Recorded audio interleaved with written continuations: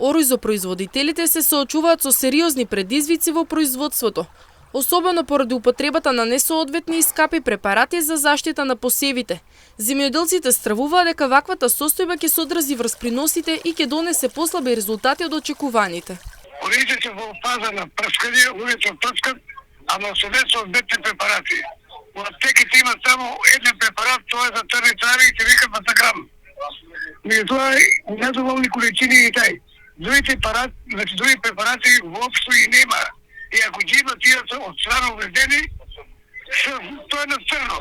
Што значи ние прскаме, не знаеме што прскаме. Јас себе што прскав на кои површини, некој води со земја, кога да съм прскал со расовница. Или со обична вода. Значи нема ништо. Проблемот е откупот. Цената паѓа од 22 на 18 за них имаме негде околу 17.000 тона. Што значи ке се очеме со уште поголем проблем на есен. Таа е ситуацијата цела. Ке со министрот ќе разговараме у четврток и ќе видиме докаде сме што. Нема на плодно ништо. Овој е да се паза на растење. Се е до 20 сантима понатно тој за толку. Овие препарати што прскаме на разлатно дека и на приходите, и на приходо 100% ќе бува. Значи, слаби резултат. Дополнителна загриженост предизвикува падот на откупната цена на оризот од 22 на 18 денари за килограм, додека залихите остануваат големи. Во исто време, цените на ѓубривата, препаратите и работната сила значително се зголемени, а недостигот од работници е се поизразен поради иселувањето на младите. Препаратите се астрономски, значи многу високи. Тоа ќе ги набуваме на црно.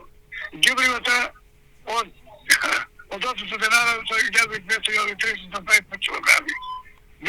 Трошкот се зголемени негде за 30-40%. Ева работната рака. Значи вани беше 100 динара за да ти помогне некој да испуска од прскачка. Сега е 300 денара. А работници нема. Младите избегаат. На нас не се исплати наубаво оризо како репката памуко, апионо, еден ден и оризо 37. И младите нема што да тражат ова Македонија. Од Македонија до Аза, вода, сонце, воздух, клима, сите услови за добро производство, било која култура да е. Али со овие цени мислам дека